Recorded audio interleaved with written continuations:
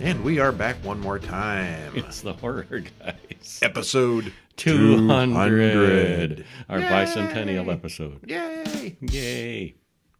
And I'm Kevin. I'm Brian. And we're going to talk about movies We for do. the 200th time.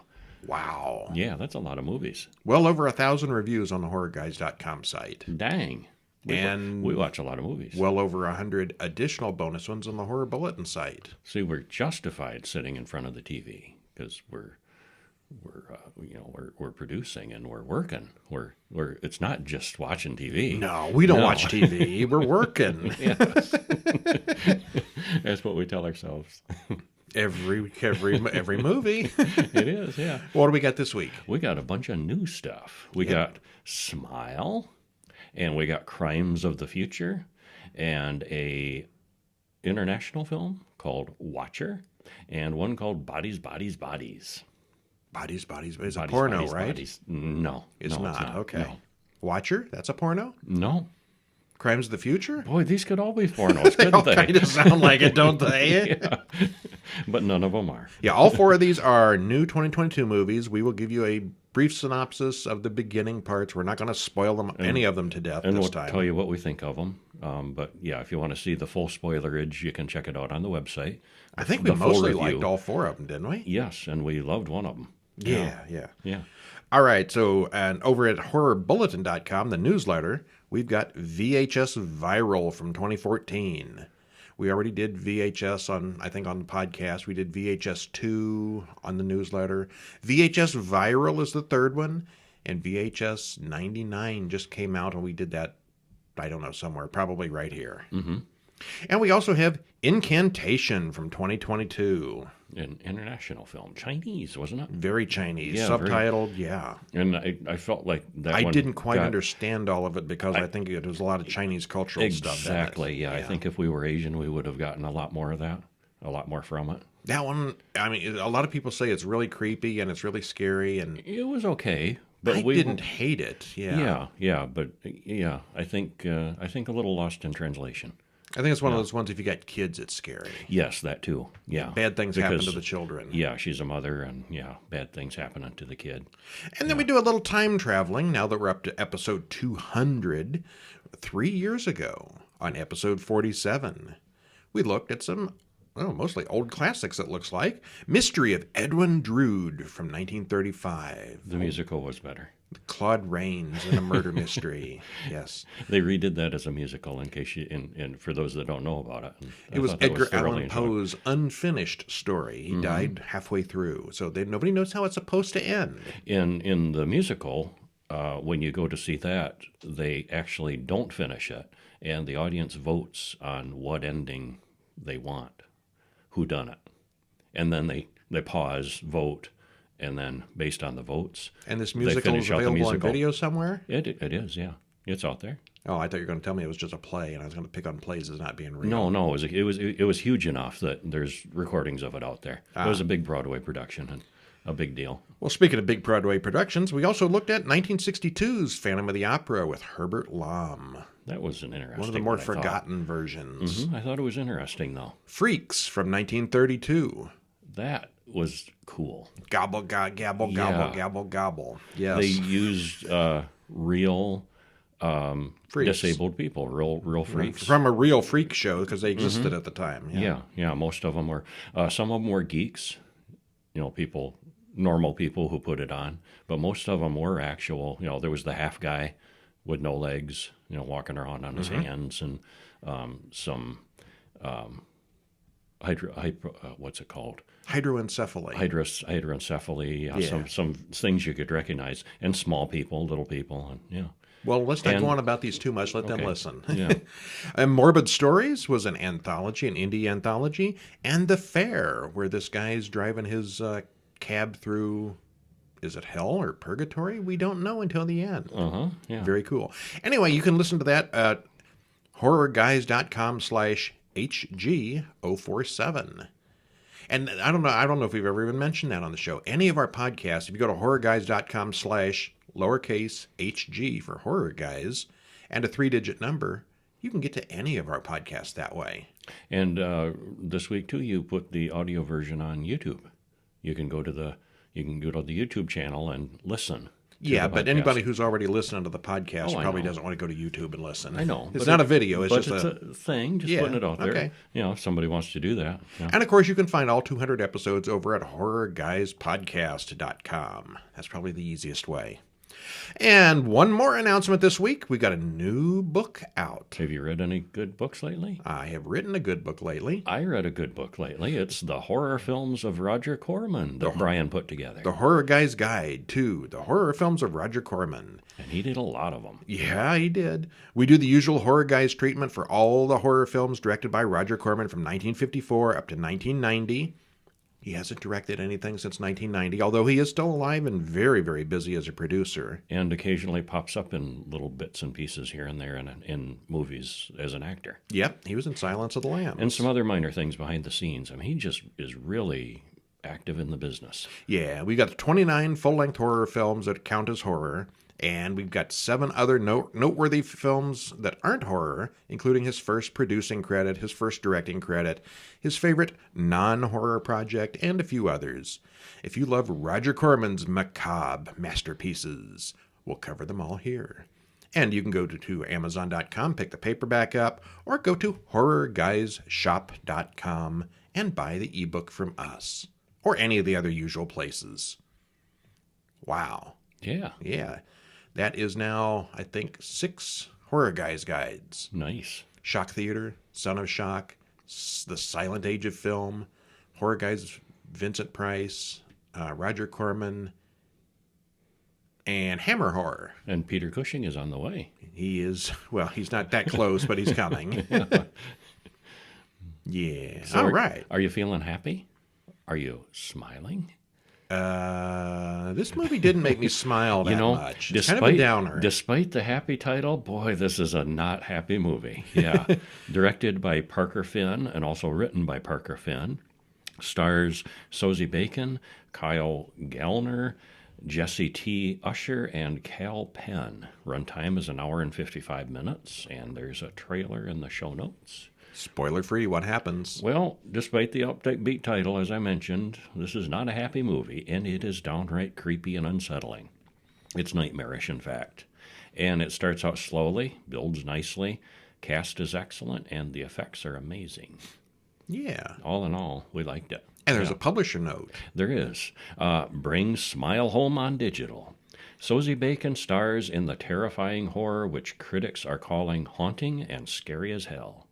Buy Smile on digital now and face your fears with over an hour of heart-pounding bonus content, including the original short film that started it all.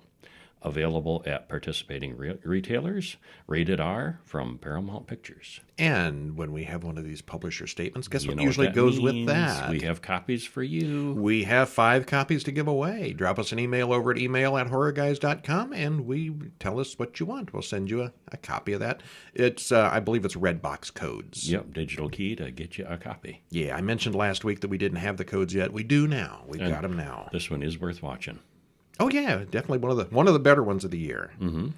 All right, so these, and it was strange too because really at its core, it's not a new idea, or really, it's nothing special in its idea. Super original, and yet it was so well done. I thought, if you look at the basic story of it, but it's a curse, a possessed person kind of thing, yeah. But it was good. We begin, again, we're not going to spoil anything important here. We begin with a scene of a dead woman, an apparent overdose. Nearby, we see photos of her family, and her young daughter stands outside the room, wondering what's going on. Oh, the phone rings, and Rose Carter wakes up with her dreams. She's a hospital psychiatrist. Dr. Desai runs the hospital, and he's struggling a little to balance her desire to help patients, whether they can pay or have insurance or not, and his need to satisfy the board financially. Dr. Bill Pay drama. Yeah, but she's very altruistic, very much believes that every patient should be helped, and she's a good gal. She gets called in for another new patient named Laura, a girl who watched her professor bludgeon himself to death just last week. The woman says she's seeing something no one else can see. She knows that sounds insane, but it's real. It looks like people, but it's not a real person. It wears people's faces like masks. It's smiling at me. It's the worst smile I've ever seen in my life. It tells me things like, today I'm going to die. Laura starts smiling an exaggerated smile and then cuts her face off with a piece of broken glass. She smiles as she falls over dead, and credits roll. All right, well, that's a starter. Yeah, sure was. Rose goes home after speaking with the police, visibly upset. She sees Laura standing in her kitchen as her fiancé Trevor comes in. She dismisses it as her imagination. She seems pretty high-strung to begin with. And I think this is one of the biggest drawbacks of this movie, I think. Yeah, I agree. I think that was its biggest weakness. I think that she started out a little too off tense balance already. Yes. Yeah, she was maybe not insane to begin with, but definitely issues. Yeah, had issues. Yeah, dealing with past trauma and high-strung, overworked and underslept. She was already stressed. Maybe it's like one of those movies where they have the doubt whether you're off your meds or not. Yeah. I mean, there's no meds in this case, but maybe there should have been. I mean, they do dial it up to 11 for her, but maybe, they should have started at a 3 rather than it felt like they kind of started her at a 5 or a 6 already. I think one of my biggest gripes with this one is they should have shown her having a normal day at some point before all the bad stuff started, so we could see that she's a normal person to begin with. I think it might have been a little stronger that way. Yeah, she seems very... tense. High-strung, yeah. Tense, okay. yeah. Uh-huh. Well, the next morning, a couple of police detectives are asking her about what happened. Joel, one of the detectives, is also her ex. Is that right? Yeah. Okay. Yeah. As she goes about her rounds, some of the patients have huge, inappropriate smiles. Even the guy that was terminally depressed yesterday. She orders that he be restrained. Desai thinks she may have overreacted and forces her to take a week off. She goes home and suddenly the burglar alarm goes off. She sets it off, but then finds the back door is open. The alarm company calls, and they're more creepy than they should be. Look behind you. Then the phone rings for real, and it's the real alarm people. The police come, and there's no one there, but the cat has vanished. That's where we should stop. Yeah, I think so. Yeah. It spirals out of control from that point. It builds really nicely. Definitely does. Okay. Yeah. Well, the smiling situation is horribly stressful, but Rose gives the impression of being a little crazy even before the trouble starts. And we see as it develops that was her as a little girl watching her mother commit suicide, and she's definitely disturbed after that. Mm-hmm. Yeah, but it is. Maybe a little too much to really empathize with her in the beginning. Mm-hmm. Competent and dedicated to her work, but overworked, tense, and high-strung with trauma from long ago that still troubles her. It would have been good to see Rose have a normal good day before all the trouble started. She falls apart really quickly, and it's hard to take the ghost thing seriously with her being like that. At first, but then you really do sympathize with her once it starts going. I suppose this is probably an allegory for mental illness and a lack of support in general, but I don't know how well that works out because there really is a supernatural force at work here. She's not just crazy. Right. Still, it cranks up the tension as the film progresses, and you know it's not going to end well for anyone, and it doesn't. Actually, the further into it we got, the better it got. Mm-hmm. Yeah, the first 30 minutes, I was like, this is what everybody's raving about? Yeah, but it got better. It's sure worth the wait, yeah. Yeah. All right, and then next up we have another movie. Watcher. Smile from... No, Watcher. Watcher, yes. Smile. Watcher. Let's talk about Watcher next from 2022. Too many movies with single-word names. Smile, Watcher, whatever. Yeah. Anyway, this one is directed by Chloe Okuno, written by Zach Ford and Chloe Okuno, stars Micah Monroe, Carl Glusman, and Bern Gorman. Hour and 31 minutes. Spoiler-free. There's lots of tension and suspense in this one. The main character is a stranger in a strange land who barely understands the language, which is kind of a key part of the story.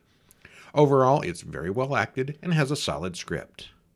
I think this one's available on Shudder right now. Yeah, we ended up watching this one. Uh-huh. All right, well, tell us some of what happens. Well, Julia is visiting Romania with her husband Francis.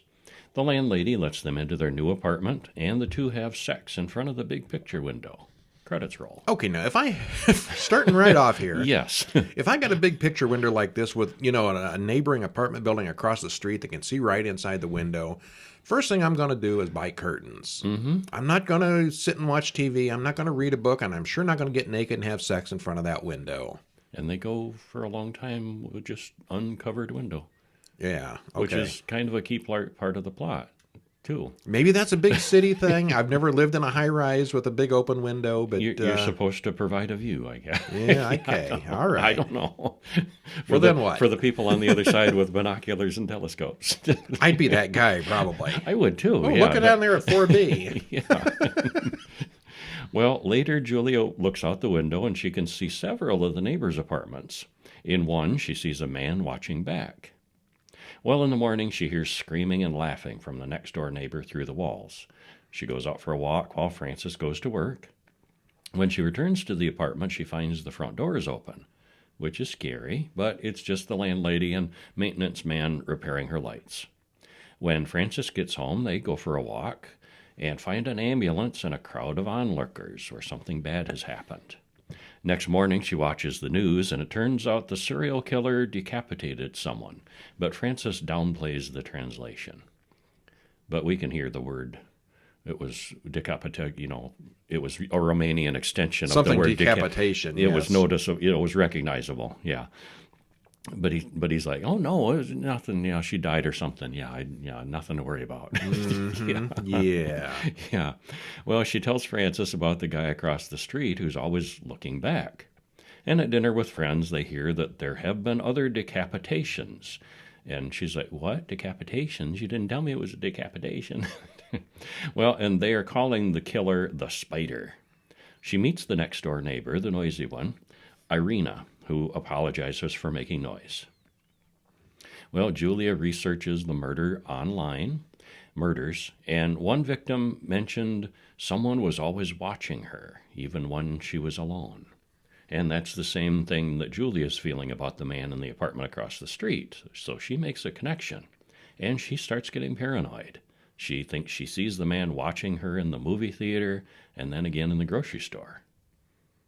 Well, Frances takes Julia back to the supermarket to watch the security footage, and they do find him on video. But the man hasn't really done anything overtly creepy or wrong. He was just shopping like she was and happened to be there like she was.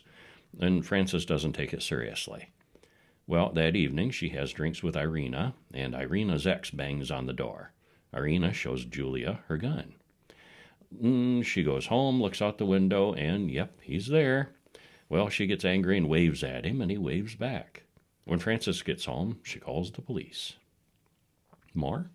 Yeah, it's probably good enough. Yeah. Yeah, and so we got a little bit of cat and mouse here between Julia and the mystery man across the street. The guy who's the watcher. Is he the serial killer murderer, or is he just, a lonely guy across the street? Coincidence, and, he is just standing at his window looking out, and she's right there, all open for the view. Is it Michael Myers standing in front of his window? Well, that was a dumb turn. Okay. Probably not. Well, okay, on to the commentary section. Let's see.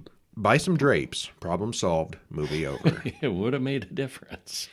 There's a lot of Romanian dialogue here, and Julia doesn't understand any of it, and of course neither do we, which there's no subtitles. Which we did turn on subtitles, and it said speaking Romanian. Yeah, it was helpful. We were not meant to understand, which takes us along with her. The out of touch, out of no connection feeling. Yeah, since we don't know the language either, it points out how alien this place is to her. And that's pretty much the story's core. Her vulnerability and paranoia in a foreign land when she gets the idea that someone is stalking her. But does she get a gun? Or a knife? Or even pepper spray?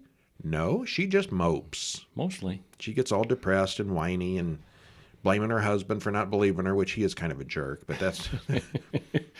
But she doesn't do anything proactive, but just, not even buy drapes. The woman next door's got a gun, so I don't know what the gun laws in Romania are, but she's got one, so it's not out of the question. Uh-huh. It was fine. It was very suspenseful and paranoid.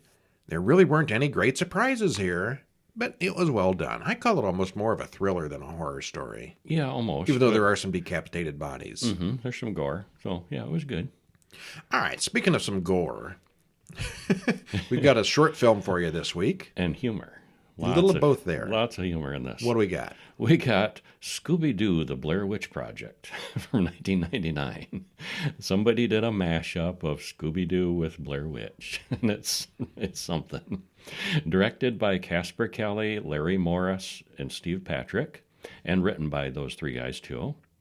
Stars Frank Welker, Mary Kay Bergman, and Scott Ines. Runtime is 9 minutes and 39 seconds. Shorter than the Blair Witch movie. Oh, yeah. They kind of summarize it. And you notice the year, 1999. This thing's 23 years old. Yeah. This may be the shortest, oldest short we've ever featured. And we just discovered it was out there. Yeah. Well, the name says it all. What happens when the Scooby Gang ends up in the Blair Witch's forest? Well, the Scooby Gang gets lost in the woods while trying to solve the mystery of a mysterious creature lurking within the forest. This is not particularly new. It's from 1999 after all, but it's a lot of fun and really well done. It uses the voice actors from the real series, so these are not impersonators. These are the real Scooby people, at least of the 1999 period. And it's a clever mesh of animation and live action. If you're a fan of both series, it's definitely worth a watch. Very cool. Yeah, it was neat how they filmed it. All right, and then we come up to our almost sci-fi movie this week. Well, I guess it's beyond almost. Yeah, it is definitely sci-fi. It is definitely horror. sci-fi, yeah. Crimes of the Future from 2022. Written and directed by David Cronenberg. Huh. You think there'll be body horror? There certainly will. Stars Viggo Mortensen, Leahy Kornowski, Leah Seydoux, Scott Speedman, and Kristen Stewart. And it's an hour and 47 minutes, so it's a little on the long side. And tell you right now, this is one of my favorite movies of the year. I really like this one. Well, spoiler free, it was weird and wonderful, taking body horror to a whole new level. The direction is brilliant, the script is intriguing, the soundtrack is amazing, the actors are all great in their roles, even Kristen Stewart, who I'm not always a fan of. The horror guys wish they had 3 thumbs up to give this a rating. If this movie was reality, we would have 3 thumbs up. In the world of this movie, yeah, 3 thumbs up would be a possibility. Things get weird body-wise in this one. And also note, it's best to see this one unspoiled probably. And we both strongly recommend the film. Unless something major comes out in that next month, Brian is leaning toward this being his number 1 for the year. I really liked this. And it's probably in my top 10 for the year, for sure. Only saw it once, but I want to see it again. Yeah, I'd like to see it again. It's weird. Yeah. All right, so again, I recommend seeing this one unspoiled. We saw a trailer for it, and it really didn't say much. You can't tell what's going on with that trailer. Yeah. But I'm going to just very briefly get into the pre-credit sequence here, which I hear a lot of people got up and walked out after the pre-credit sequence because something awful happens right away. A boy. Well, Cronenberg predicted that. Yeah, and he's right. And he was right. Well, here I will save you some time. If you hate this first part, don't tune in. But really, it gets really interesting after that. Yeah. A boy and his mother Juna live on the beach in a really dirty old house. The boy eats the plastic trash can, and his mother watches. She's like, come in for dinner. And he goes in the bathroom and eats a garbage can. Yeah. What? Eating the plastic. Like literally eating it, not just gnawing on it. No, he's chewing and swallowing it. Yeah. Like Cookie Monster almost. Only actually eating it. The trash can monster. Yeah, we just read about that recently. Somebody pointing out the Cookie Monster has never actually eaten a cookie. He doesn't swallow. He just chews them and crumbles them all over the place. These are the facts you'll only hear here, people. Yeah.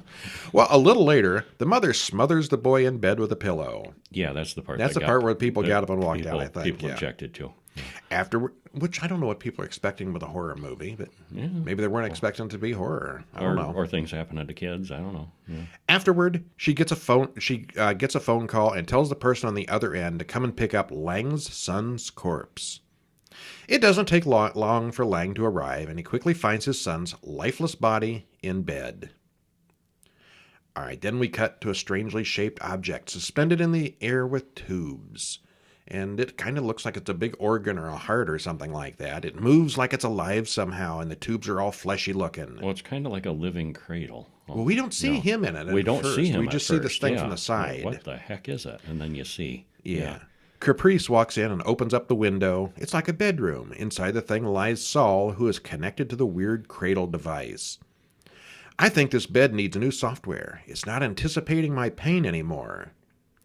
And you can see it's fleshy and organic. Yeah, it's connected into him. Plugged into him, yeah. Like a life support system or something. Yeah. There's a new hormone in your bloodstream, Caprice explains to him.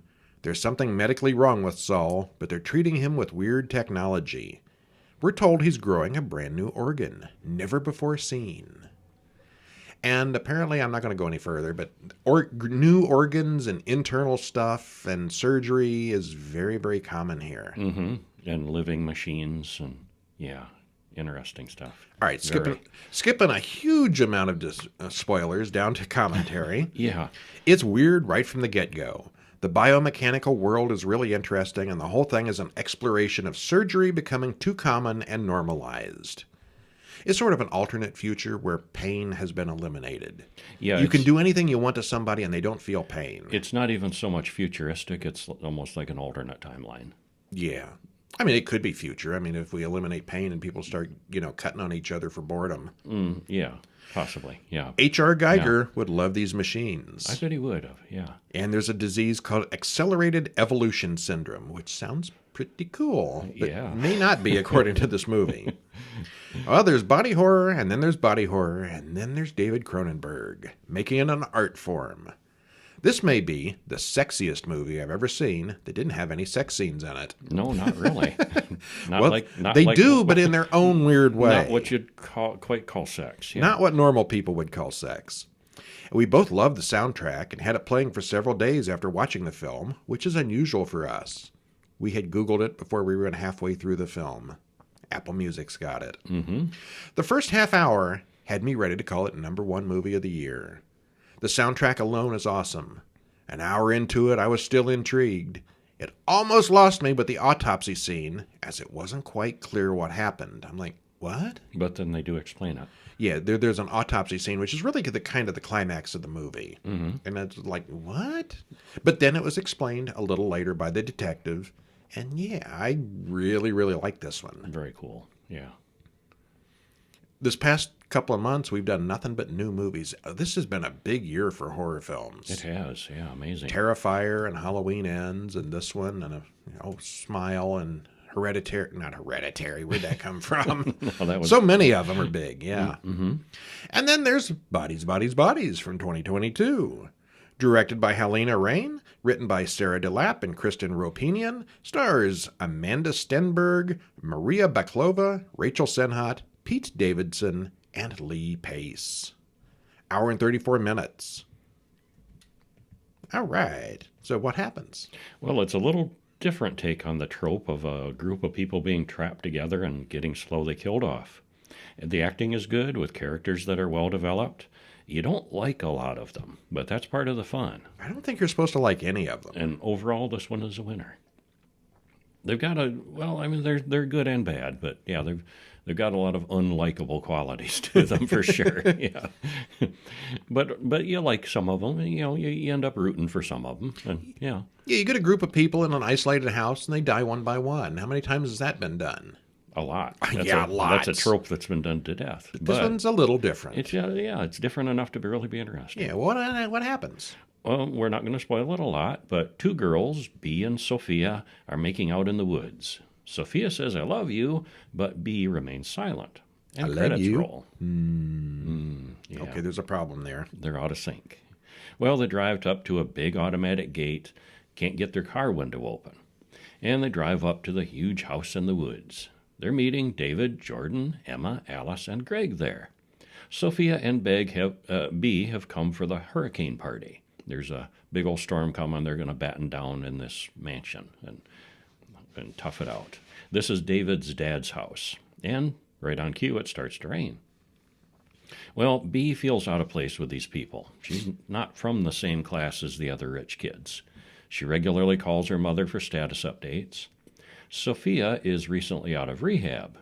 Someone says Greg was in Afghanistan or something, and he's way older than the others. David is kind of a spoiled rich guy. It's his place, his dad's place. Well, they, party and drink, and they all play a game called Bodies, Bodies, Bodies, which is the movie title, which is where one of the group plays a murderer. And if you're the murderer, you have to kill someone by touching them on the back in the dark. They turn the lights off, and it's a, and then it's a whodunit. They have to figure out who did it.